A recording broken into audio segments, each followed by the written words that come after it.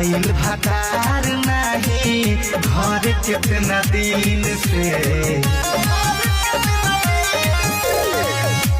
आइल भतार नहीं घर कितना दिन से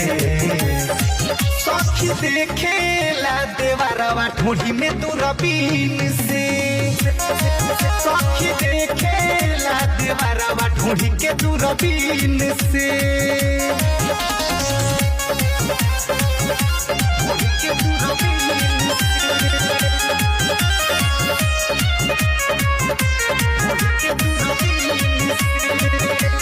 मारे लायक तब पटीना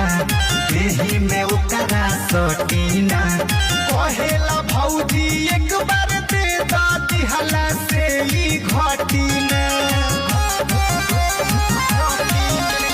मारे लायक तब पटीना देही में ओकरा सटीना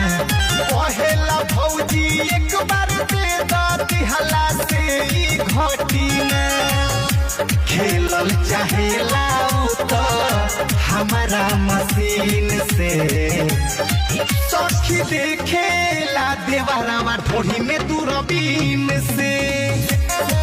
सखी देखेला देवरवा ठोड़ी में दूरबीन से ठोड़ी में दूरबीन से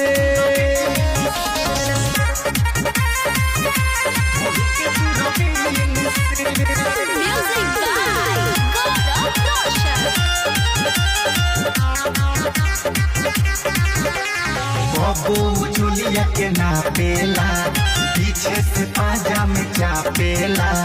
सुतल रही जब राती के ता जंगला से उझाकेला बबू चुलिया के नापेला पीछे से पाजा में चापेला सुतल रही जब राती के ता जंगला से उझाकेला राजू सदाम खोदे साड़ी के पीन से